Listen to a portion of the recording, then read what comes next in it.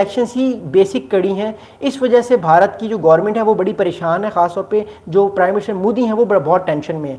Prime minister ये चाहते हैं कि बिहार के इलेक्शंस वो जीत जाएं, लेकिन कांग्रेस जब तक ये इलेक्शंस नहीं होते, ये जो चीज़ है ना 5 फाइटर जेट्स की, कांग्रेस ये पकड़ के रखेगी, कांग्रेस अब छोड़ेगी नहीं, क्योंकि उन्होंने नैरेटिव एक आई थिंक उनकी अपनी जो पार्टी की जो मीटिंग है उन्होंने नैरेटिव बना लिया है कि हमने इन 5 फाइटर जेट्स के गिरने की बात करनी ही करनी है, ताकि हम अगले इलेक्शंस में जीत जाएं और लोगों तक ये चीज़ पहुंचाएं कि भारत की बीजेपी की गवर्नमेंट ने देखो अपना कितना लॉस करवा लिया। अच्छा, इससे कांग्रेस की इस नैरेटिव से एक बंदा बड़ा इख्तलाफ करता है, उस बंदे का नाम है शशि थरूर। शशि थरूर साहब इस बात से बड़ा इख्तलाफ करते हैं कांग्रेस की, इस वजह से शशि थरूर के बारे में कहा जा रहा था कि वो बीजेपी में चले जाएंगे, लेकिन उनको भी फिलहाल खामोश करके बिठा दिया गया है। हमने कोई शशि थरूर का कोई खिताब नहीं सुना, हो सकता है आने वाले दिनों में वो कोई स्पीच दें। तो कांग्रेस की इस पॉलिसी को लेकर कि 5 फाइटर जेट्स गिरने वाली बात हम बार बार करेंगे, इस पॉलिसी को लेकर शशि थरूर साहब जो थे, जो बड़े प्रोमिनेंट इंडिया के जो है वो आप कह सकते हैं कि लीडर हैं, वो इससे इख्तलाफ करते थे। इस वजह से वो कोशिश कर रहे थे क्योंकि ऐसा न्यूट्रल बयानियां लेकर चलें जिससे इंडिया की गवर्नमेंट का भी बेनिफिट हो और इंडिया के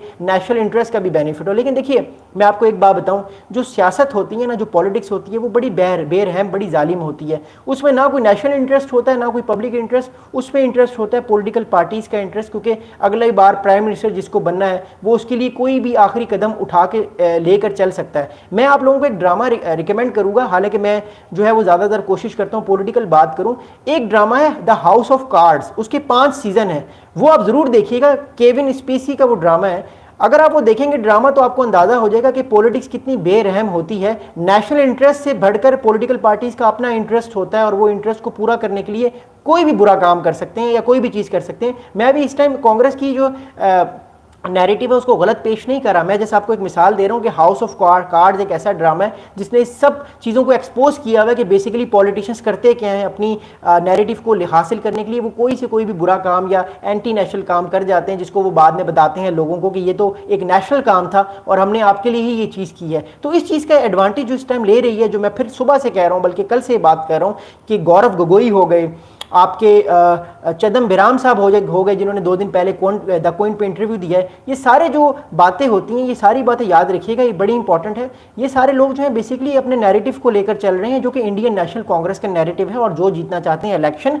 देखिए, राहुल गांधी के लिए 2029 का इलेक्शन बहुत स्टेक पे है। उनकी सिस्टर प्रियंका गांधी भी कोशिश करेंगी कि वो भी पावर पॉलिटिक्स में अपना किरदार अदा करें, और जो वो कर रही हैं। तो ये दोनों जो लीडर्स हैं, ये आने वाले वक्त में इंडिया के 2 मोस्ट इंपॉर्टेंट प्रेसिडेंट या प्राइम मिनिस्टर की पोस्ट पे आ सकते हैं, क्योंकि इनके पास बहुत ज़्यादा ताकत है। Like there mother Sonia Gandhi के पास भी बहुत ताकत थी जब वो प्राइम मिनिस्टर थी। तो प्राइम मिनिस्टर तो वो नहीं थी उस टाइम, पार्टी की हेड थी, और प्राइम मिनिस्टर मनमोहन सिंह साहब थे, जिनको कहा जाता है कि he was accidental prime minister. Anyways, बात यह है कि अभी इस टाइम जो है वो पोजीशन इस टाइम इंडिया की जो डिफेंस की है वो बड़ी ख़राब है। इंडिया का जो एयरफोर्स के स्क्वाड्रन्स हैं वो कम हो रहे हैं, 31 से 29 हो रहे हैं। हमने इंडियन इकोनॉमिक टाइम्स की जो रिपोर्ट है वो भी मैंने आपसे कुछ दिनों पहले शेयर की कि 2035 तक इंडिया और पाकिस्तान की एयरफोर्स सेम हो जाएगी, जो इंडिया के लिए और डिजास्टर है, क्योंकि चाइना ऑलरेडी इंडिया से बहुत आगे निकल चुका है और वो पाकिस्तान को भी बेनिफिट दे रहा है। और जो 5 फाइटर जेट्स इंडिया के लूज़ हुए हैं उसके जवाब हमें वो मिल गई है वो चीज़ की, जो 5 फाइटर जेट्स भारत के लूज़ हुए हैं। तो ये सारी चीज़ें जब हम देखते हैं तो हमें एक नैरेटिव समझ आता है कि basically it's all about elections.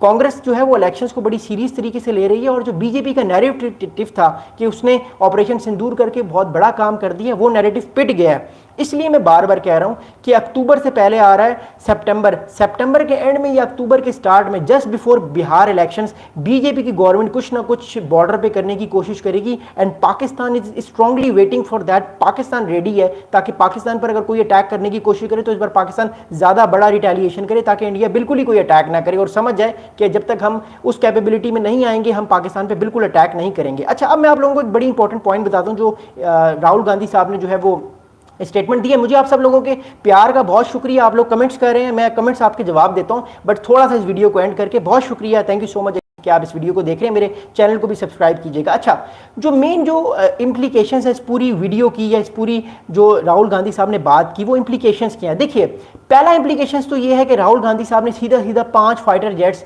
जो लूज हुए हैं इंडिया के, उसकी बात कर दी कि अगर आप मेरी बात सुन लेते पार्लियामेंट में, इतने सालों से मैं 10 साल से जो बोल रहा हूँ या मेरी पार्टी की बात, तो आप जो है वो 5 फाइटर जेट्स जो है वो आपके लूज ना होते, आप इस जंग में फाते होते, आप इस जंग में फेल ना होते।